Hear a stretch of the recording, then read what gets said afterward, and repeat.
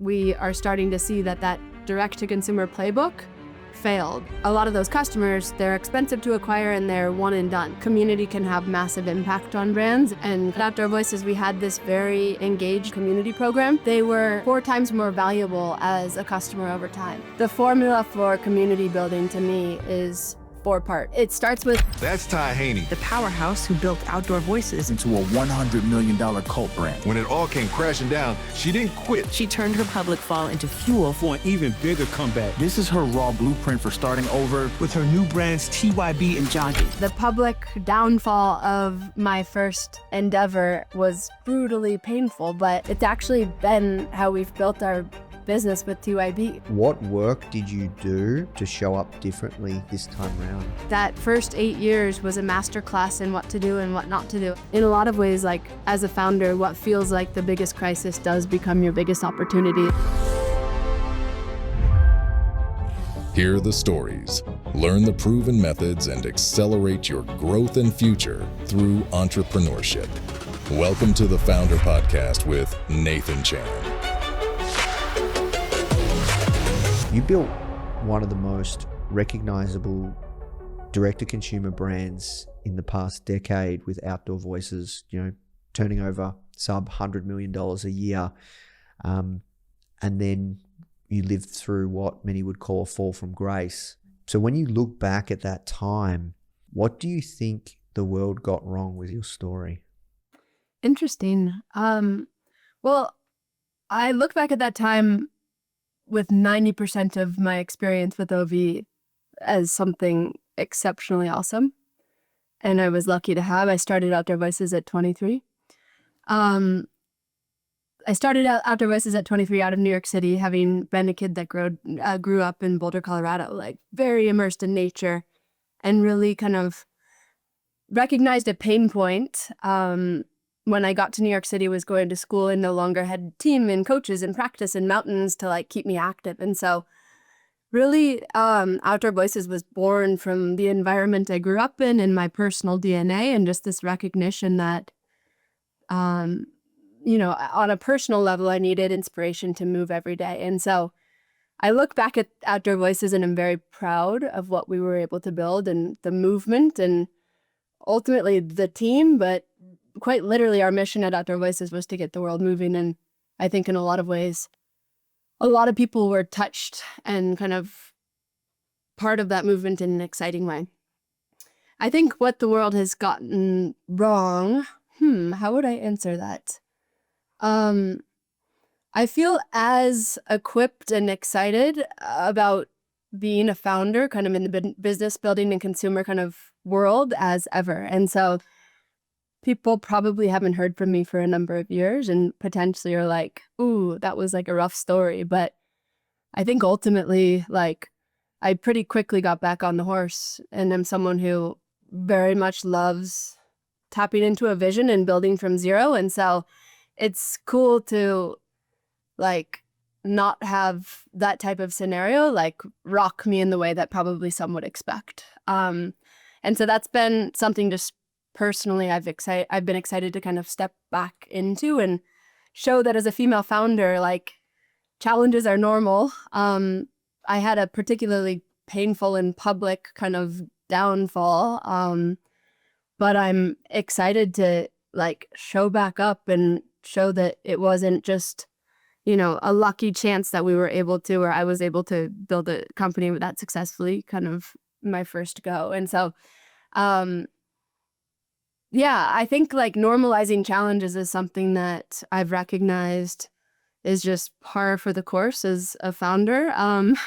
And me showing back up kind of with my second and third companies, very much to me, like, is an exciting way to kind of show a comeback story that I think maybe people didn't expect from that first kind of chapter of business building. So you started Outdoor Voices 2012, raised a ton of money, company grew super fast, cult following, incredible community. And like many founders, I guess what happens is you have the title CEO, but you're not really the CEO, and you don't really know, especially as a first-time founder, what is required to be a CEO. And so oftentimes, whether it's from investors or other team members that join the company, you go, okay, well, let's bring in some senior leadership, some proper executive support that, have experience with people that do this all the time, that scale companies. We don't have to go into the details, or we can perhaps, but you eventually left the company through bringing on strong pedigree leadership. Do you want to talk about that? Because I think that is a common arc where, especially first-time founders, you are the CEO, but you don't really probably maybe enjoy that as the business scales. That it's a totally different transition, right? From going actually from founder to CEO. Yeah, I think there's a lot to kind of unpack there, but I started Outdoor Voices at 23. Was in a fortunate position, like early innings D2C, and with a big, bold, ambitious vision that we were able to attract a lot of capital. That said, this was my first time doing it. I was exceptionally good at stating this vision, the product, cultivating and attracting a very creative team, and then bringing people around the table to fund it. What was really difficult, and experience matters. I actually remember kind of an investor early on being like, I only invest in second-time founders. And to a degree that tracks, that's a de-risked way maybe to invest. But I was 23 years old. No one didn't know that going into it.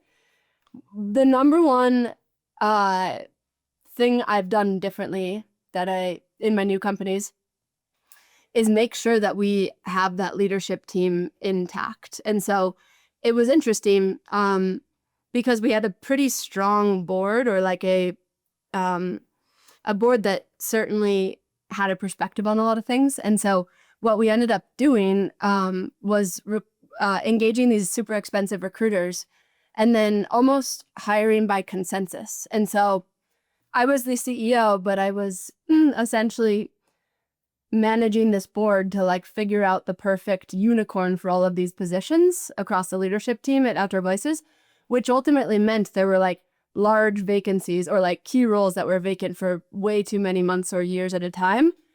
When my second time around, the number one thing I prioritized was getting leaders, that leadership team, my direct 5 or 6 reports, in place out of the gates.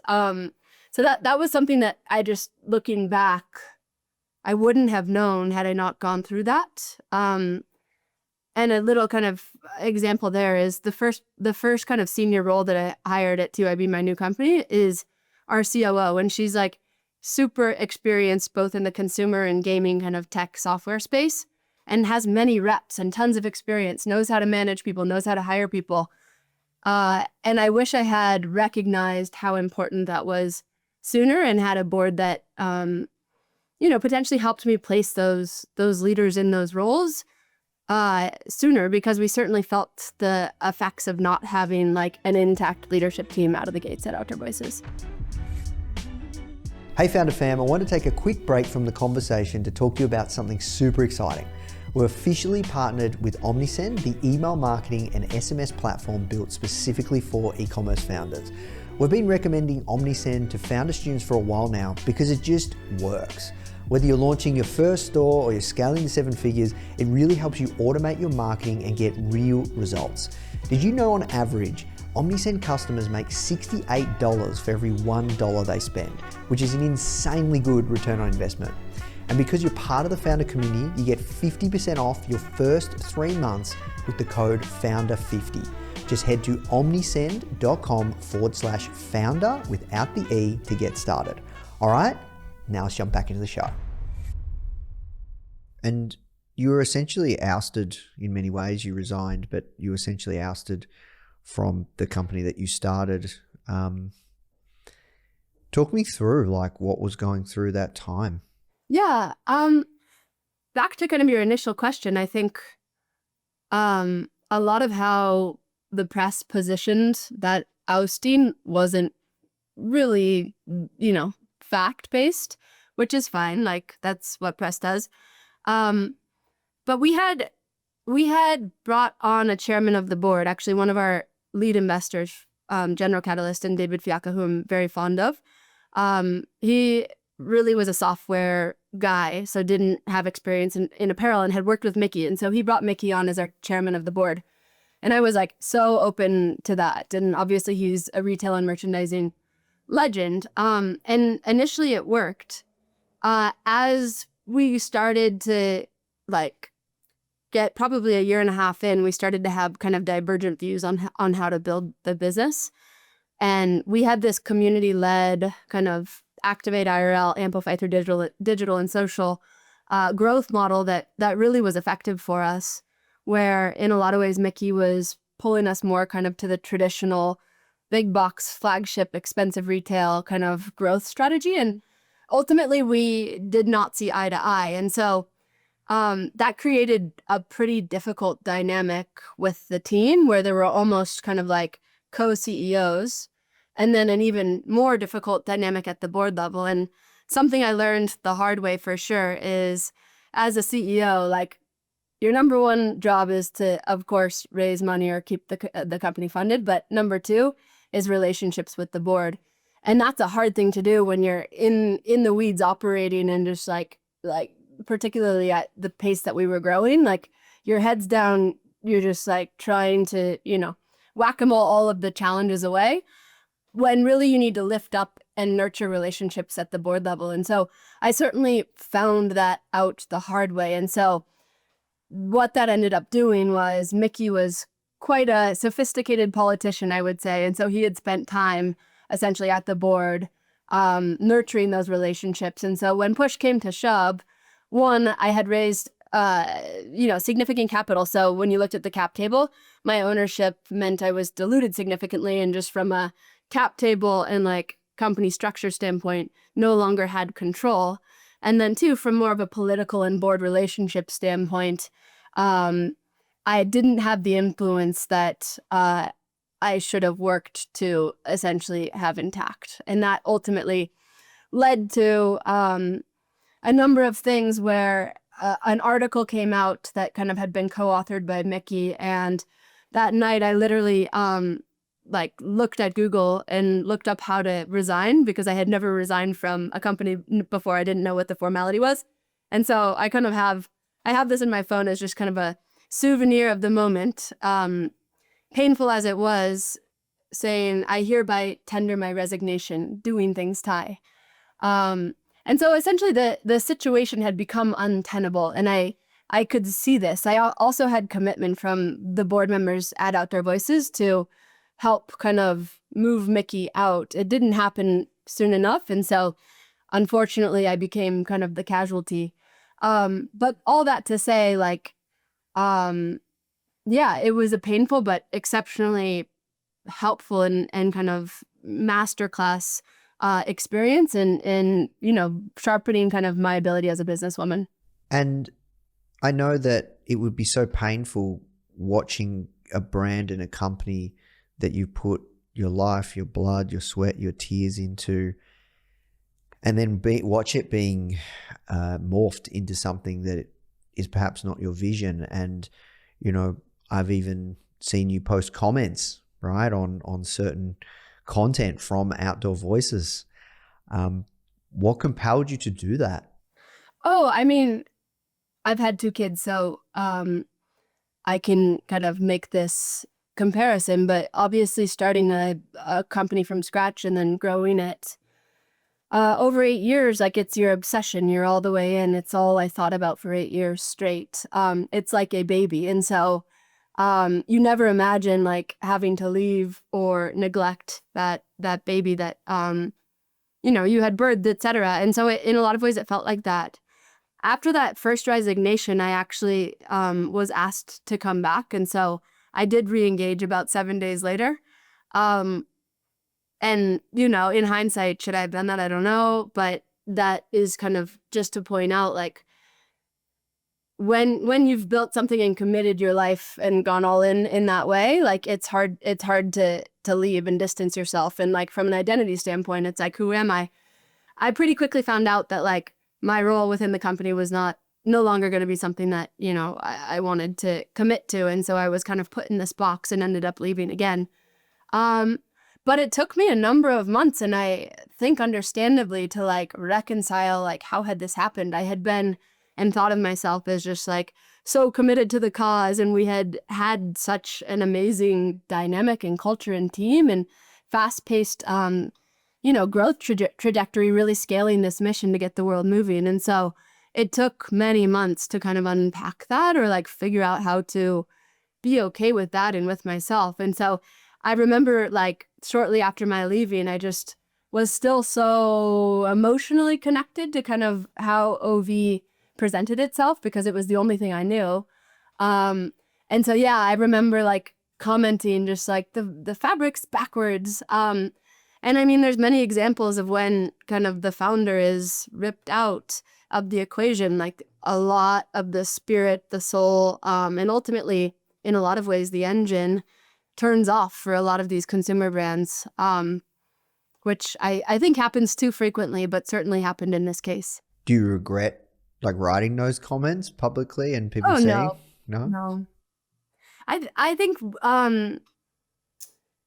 think like one thing I'm excited about with more of the like state of today, just from a general consumer and even kind of media standpoint, is I feel like during that period of time, like everyone was overly sensitive, and like a comment by me on the company that I founded became like this massive and inflamed story. So no, I mean, I think given the background, like it was something that I was obsessed with and spent every hour thinking about. And so to see it like in going kind of the wrong direction was certainly painful. It did take me a number of years to like no longer feel attached or connected to that. Yeah, look, I can only imagine, right? It would be just like so tough.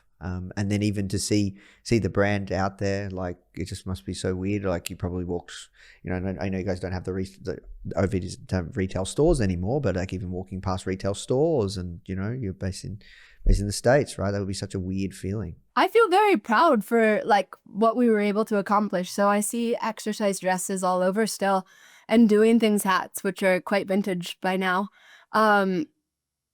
I mean, I'm a deeply optimistic person, and in a lot of ways, it's like childbirth, like your body forgets kind of the trauma. But I mostly can tie a bow on those 8 years and kind of the aftermath, and very much am grateful to that experience. It again has like made me such a like sharper businesswoman and leader, and I'm really appreciative of that experience. So it'd be foolish of me not to talk about how you built this brand, right? And then I want to talk about, everything you're doing with TYB, and then also, you started another consumer brand, Joggy, right? So, and obviously you're taking a lot into that as well. But, when you look at Outdoor Voices, incredible brand, incredible products, incredible movement, incredible community. What are you taking that you learnt from building Outdoor Voices to Joggy, and what can founders learn when it comes to building a really strong brand? Yeah, 100%. I mean, like product is the number one most critical piece here, like full stop. I think like I'm friends with Elon Musk, and I've been fortunate to kind of just see the way his mind works, and he works with team, and he doesn't believe in marketing whatsoever. He believes that excellent product and like excellent technology will sell itself, and I have kind of adopted that mindset. That said, once you have exceptional product, there's a really efficient and sticky way to bring it to life, and that's with community. And community has been like a very buzzy kind of fluffy term for a lot of people, and with my new venture TYB, one thing we've focused on is making community like a real measurable growth channel. Anyway, I think community can have massive impact on brands, and I've spent a lot of time thinking about kind of what that means. And so the formula for community building to me is 4-part. It starts with a very clearly articulated mission, purpose, or reason for being. So with Outdoor Voices, it was get the world moving. It secondly requires rituals for activation, both IRL and digital. And in the Outdoor Voices version, we called it Activate IRL, amplified through digital and social, but you would see run clubs, dog walking events, Pilates, yoga, like these rituals for activation, IRL, that connected to that mission and purpose, that then would be amplified and help grow awareness. And so, that can look different for various brands, but a consistent drumbeat of ways to engage around and in support of and activate that purpose or reason for being. I've found this like a key part of this community building formula. The third is connection. And so there's obviously like your ability as a brand to like say and communicate with someone that becomes your super fan. But the moment that you give them a place to connect with other lovers or people who are obsessed with the brand, there's this massive flywheel of engagement and kind of enthusiasm that happens. And so that connection, sparking bonds and allowing people to find like-minded people who also love the brand is crucial. And the fourth is an incentive or reward. And so, for the last 10 years, like Instagram's played a key role kind of in this brand building world. But on the consumer side, like I'm only pressing like to kind of indicate my loyalty.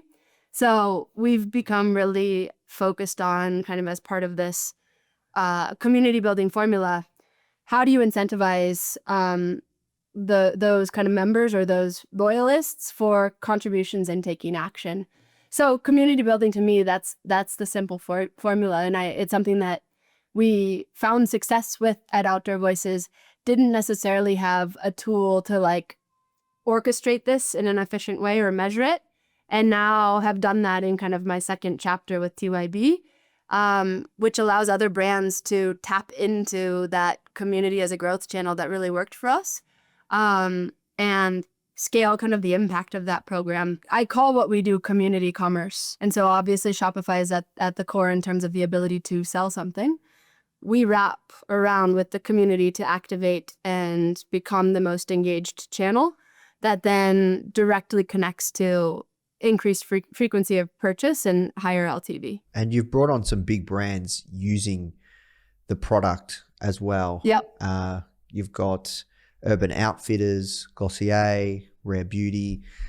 But why software, right? Like you would think you've built, a 9-figure e-com brand, would you start another e-com brand, right? And you did, but through TYB, why software? Because that's a very different beast in and of itself. Yeah, I've always been someone who is excited by ideas that solve for a personal pain point. And so even with Outdoor Voices, I wasn't like initially like thinking that I'd get into apparel. And in fact, apparel is difficult.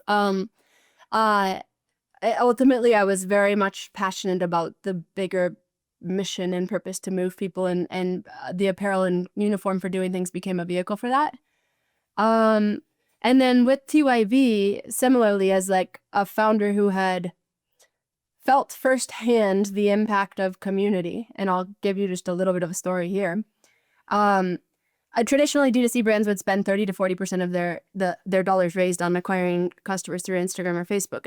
As you click into a lot of those customers, they're expensive to acquire and they're one and done. So it's not really a recipe for longevity. And I think in a lot of ways, like we are starting to see that direct to consumer playbook failed. And so meanwhile, at Outdoor Voices, we had this very engaged and kind of formalized ambassador program or community program.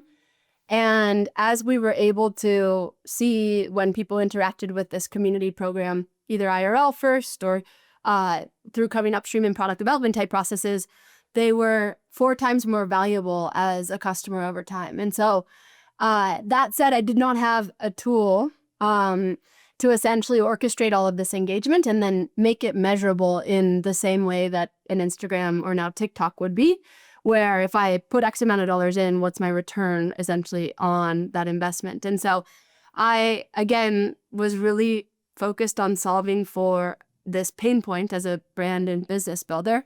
And that's how TYB was born. And so it's been interesting because we've been able to attract, we now have over 200 brands and top consumer brands on platform.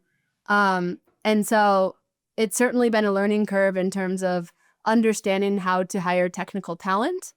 But I kind of joke, I went from a software WEAR to software WARE founder, but ultimately it's I know the pain point from doing it myself and have a really good sense for essentially what was missing when I was building Outdoor Voices, and that's how we've essentially been able to build or create a really exceptionally kind of effective toolkit with TYB. You've also talked about, at the end of the day, it's building relationships at scale, and that's a really I've often thought about this, like that's what business is, right? It's building relationships at scale, and the companies that win, the companies that continue to grow is your community building formula, right? How do you build a deep relationship at scale? 100%. So Yeah. I have to ask you about product, right? Because I think this is something that especially early stage founders or aspiring founders, they'll be watching an interview like this, or they see, the stuff that we all see on social media. We compare ourselves to those people, and you go, okay, I want to start a business. I want to start an e-com brand, right? It's a hot thing, Shopify, cha-ching, waking up to sales, all these different things. And I think it's often something that is really overlooked by early stage and aspiring founders around the importance of product. Like it is, without a shadow of a doubt, out of all the super successful founders that I speak to, especially in the e-com space, right, they just spend a ridiculous amount of time that you wouldn't know on product, on speaking to customers, on surveys, on building a massive wait list, because they've spent so much time. They've spoken to thousands, oftentimes over 10,000, 100,000 people to get the product right. Talk me through, like, how do you build product when it comes to building an e-com brand? Yeah. I mean, we're saturated with a world of lookalikes. And so firstly, I think it's like, again, back to this pain point and your ability to kind of uniquely create a moat around what you yourself know and somebody else might not. And so I'll use Joggy as an example.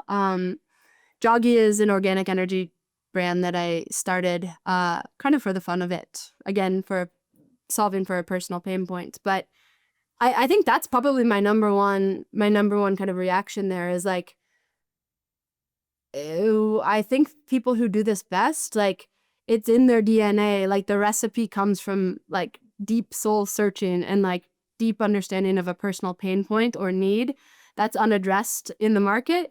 It's not about like I see a white space here, I'm gonna go like try to fill that. And so Joggy's interesting because I was drinking Red Bull while running Outdoor Voices, obviously clicked into the ingredients and was like, this is not a recipe for longevity. Like I like feeling up, I like feeling bright, I like feeling focused, but I don't want synthetic caffeine or fake sugar. And so I really tapped into a science group based out of Austin to help me find the most premium, organic, buzzy, steady energy caffeine. And so one, it's like unique personal pain point or DNA that can have like a perspective that becomes your moat in a space.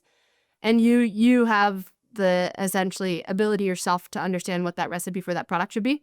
Two, I think it's finding experts to then like give you a sharp point kind of within that recipe. And so on the Joggy front, they helped me source this ingredient called Amity Max out of Peru. And it's not something that is widely used, and it gives you this beautiful, like buzzy, steady energy is how I describe it, an unfair advantage. And then I went to essentially market. And so I started creating this product and then would get out there literally on university campuses and talk to people. And I think that third piece is like get out there and get feedback. And I don't think enough people do that. And like really want to and kind of seek out critique. A lot of how we ended up with this formula that's now in Target and Erewhon and really kind of like steadily, or more than steadily, quickly taking the energy drink world by storm, is by being on university campus and like understanding that women don't want a 12-ounce can of liquid before they work out. So that informed our 8-ounce like smaller can. I'm obsessed with university as essentially like a testing ground. And so I've been fortunate to live in Austin with the university, here in Boulder, Colorado with the university, like, and I just immersed myself with young, now Gen Z women to help me kind of mold and get feedback on the product.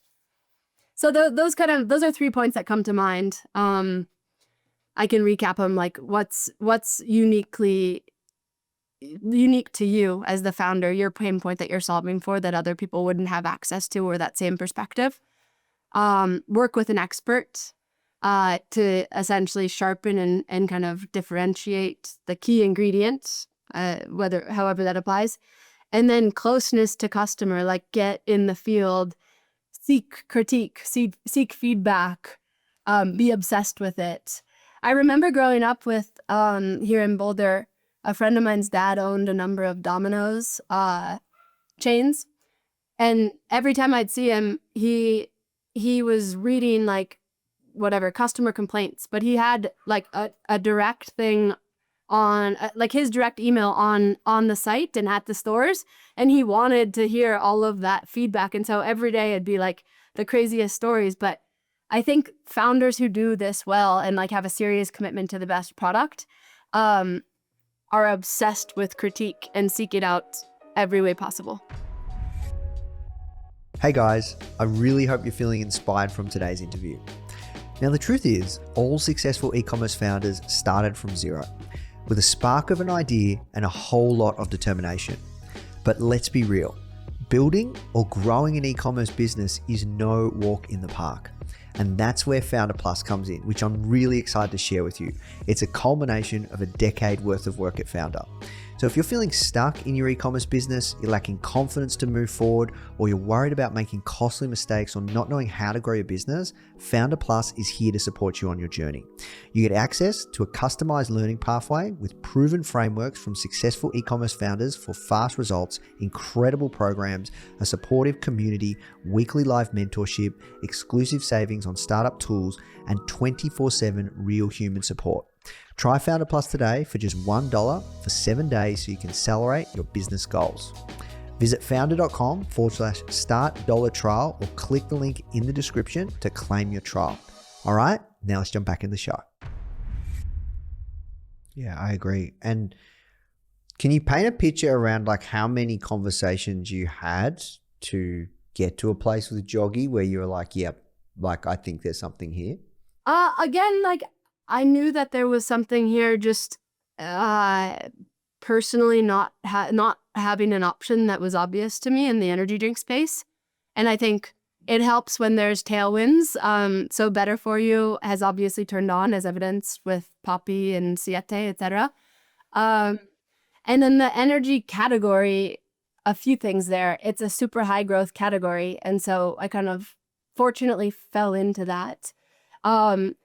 As well as it's like traditionally male founded. And so from a storytelling standpoint, something that really worked with Outdoor Voices as a founder of an activewear brand was Nike, Under Armour, Lulu. All of them were founded by men. And so similar in the energy drink space as you think about Logan Paul, I'm spacing on the guy's name from Red Bull, Mashtivist or something. But they're all like intense and macho. And so again, like I was able to bring a unique female perspective as founder and now story around it that's really attracting this like Gen Z and millennial woman. And so there's a number of things that have gone into just this feeling like an interesting opportunity. I think it's been cool because I started TYB and Joggy was kind of the owned brand under TYB, testing the platform and tool. And so Joggy got to incubate without kind of the pressures of its own kind of dedicated investors before spinning out recently in September, which allowed us to test into different formats of things and really take our time to like immerse ourselves in people's feedback of the product. And I hadn't had that kind of luxury before. And so we went to market kind of officially at the end of last year and more recently into 900 targets. But we had been able to like take our time with product development and really lean into feedback, which, you know, was a pretty lucky and fortunate thing to be able to do. Yeah, so that paints a really good picture for people, right? Like, I think so many people, they have this idea, they hold on to it, and they just want to launch it, and they just like, it's just this fear of like speaking to people and Yeah. you know, want like, do you think it's crazy that a lot of people are worried about having their ideas stolen? Oh yeah, that's insane. I remember like feeling that early on, but now like the coolest thing ever is to like build in public. And like, I think certainly a lot of the consumer brand business is about entertainment and like will continue to be. And so it's equal parts like building in public, making like bringing people in to like see the behind the scenes. Like content is such a beast and such a requirement now.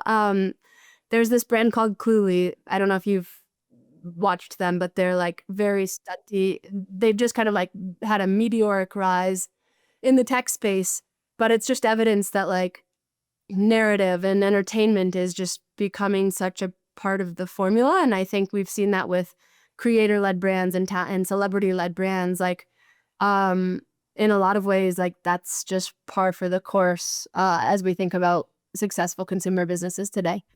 So do you think that if you want to build a really, I guess, long-lasting, impactful, you know, brand, DTC brand that gets cut through, you have to go down the founder-led content path now?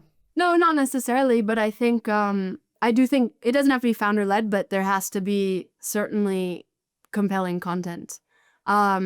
I think OMSOM is coming up for me, and I think like what's also I'm seeing success with is just like niche and local. Like I feel like oftentimes people like want to feel as big as, you know, bigger than they are, but what's really resonating is like weird niche local, and that's getting like a ton of awareness. So that's another kind of potentially like sharp point for people wanting to start brands. Like feel small, that's cool. Like go into a weird world, and that ultimately will amplify you more than trying to be something to everybody. I'd like to take a little bit of a shift and talk about, I guess, your rebuild, right? Because that's a, you know, a big part of your story now, right? And you're really, you know, you're really forging new paths. So you've rebuilt with real vulnerability, transparency, like you're showing up, right? You're putting it all out there. What work did you do to show up differently this time round? That's a good question. The most like freeing moment in time kind of after the OB piece, and again, like there was that experience was exceptionally awesome, was when I was given the opportunity with a writer from Inc. called Tom Foster to essentially like pen kind of my perspective on what had happened. And the headline was I was able to like, as the CEO, like take full accountability. And that was the most freeing moment, like regardless of the detail. And I just remember that moment in time as like, you know, before and after. And then it's like, I've shed myself of kind of the just pressure of that kind of intense, very intense moment with Outdoor Voices, and I was free again. And so, I definitely am somebody who, like, I just enjoy and am obsessed with getting reps. And so there was no option for me to start again and like follow my curiosity. And I'm really good at casting a big vision and assembling a team to go execute against it. And so I think, again, just like that first 8 years was a masterclass in what to do and what not to do. I've become obsessed with ownership and ultimately like underestimated how much that matters as we think about like a founder who starts a company. Maintaining ownership means maintaining control. And I did not understand that the first go. So I've been a lot more thoughtful about, when I take on capital and what level of ownership I need to maintain. And that was something that, like, simply I was not aware I needed to be as concerned of the first go. So if you were to go back in time with OV, would have you raised as much? And did you need to raise as much? I don't think so. I think, like, it's been interesting running a software company because there's so much evidence in terms of how scalable it is.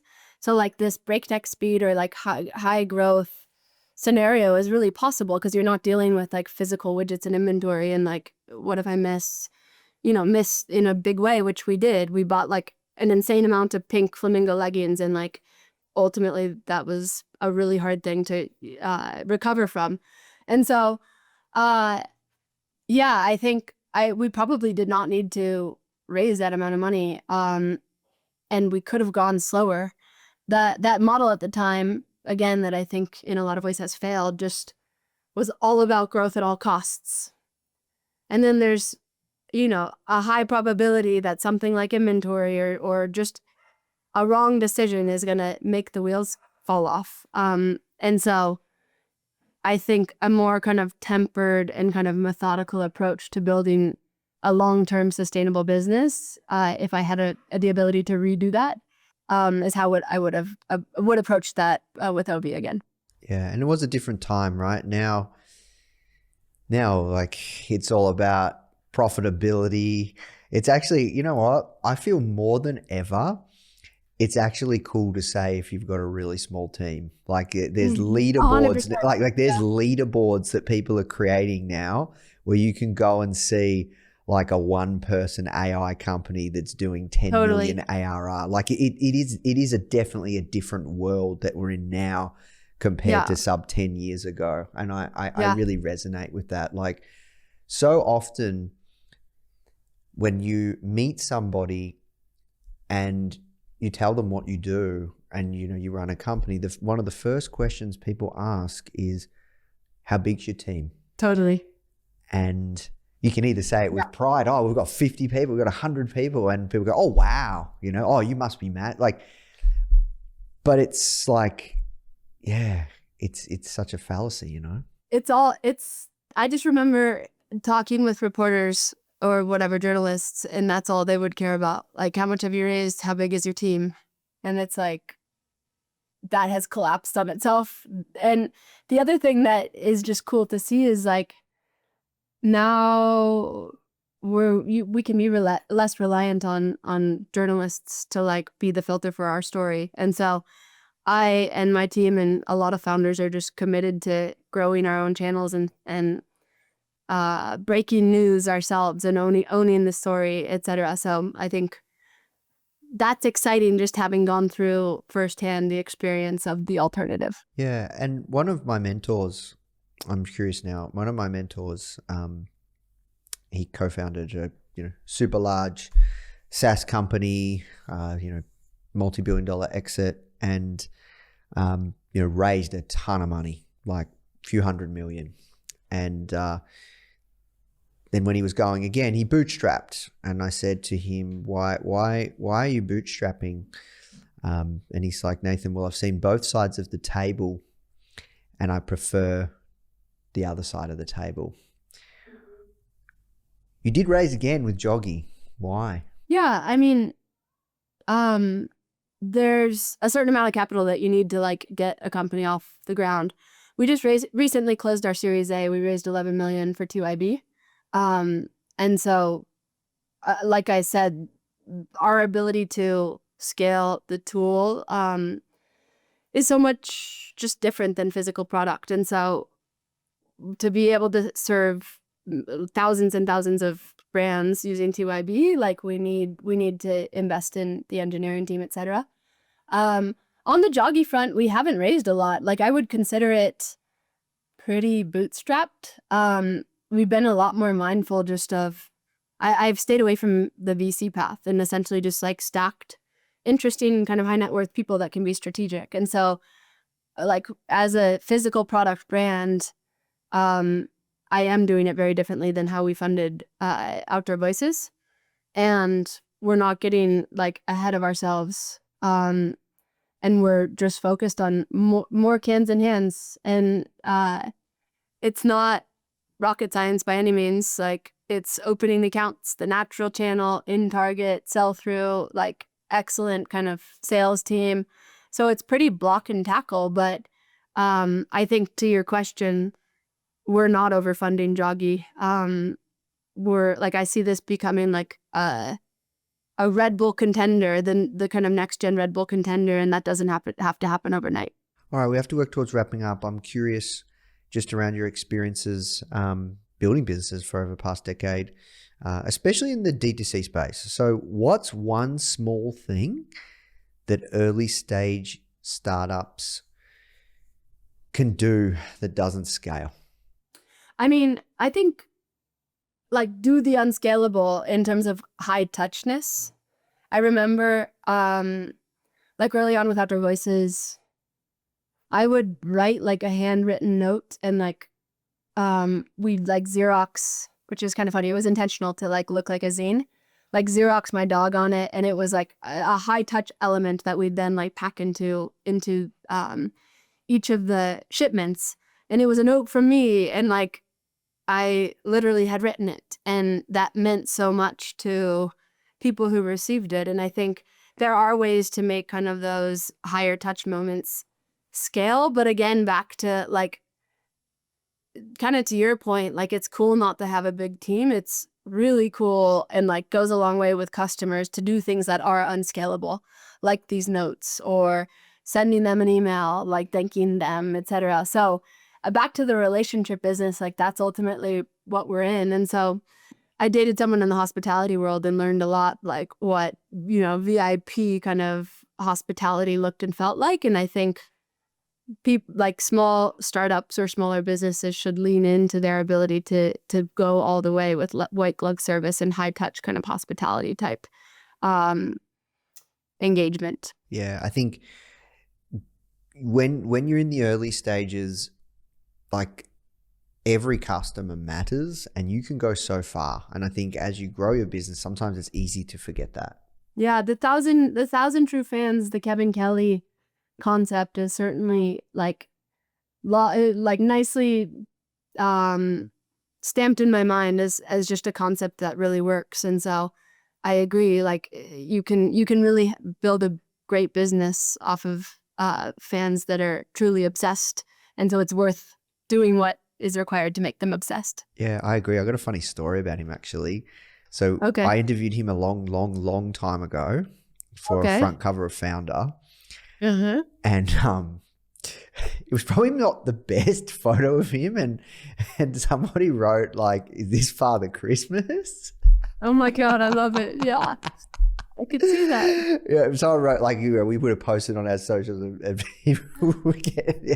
but he's a legend. That guy, like, he's a legend. Like, I agree. Like the 1,000 true fans. Like Tim Ferriss was talking about that concept with him 15 years ago. I read about that, like before I started Foundr, and like it's legit. Like, and it makes things so achievable when you think about starting your own brand. Totally, 100%. I love it.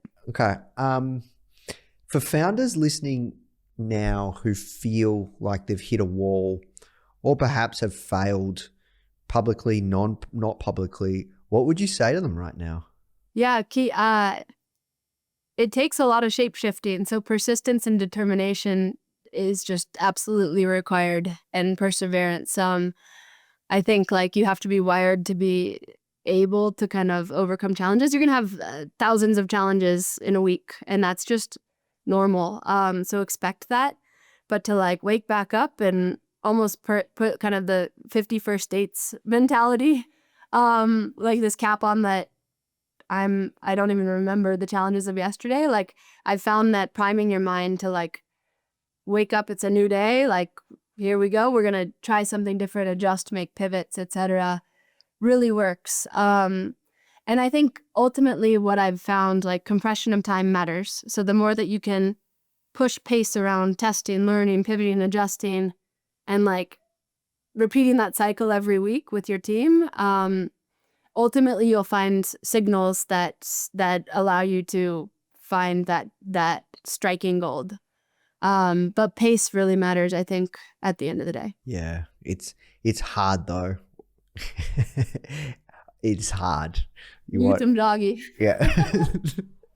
What's one thing that used to feel like a weakness for you as a founder?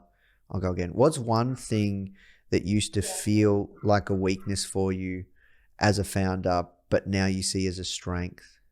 I think having this major traumatic kind of public fall off, or just like, how would I describe it? Just like the public downfall of my first endeavor was brutally painful, but it's actually been how we've built our business with TYB. Like everyone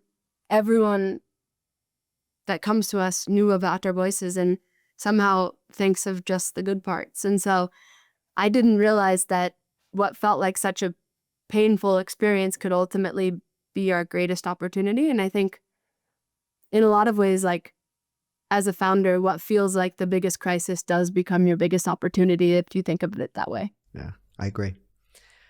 All right, last question, and we'll work towards wrapping up.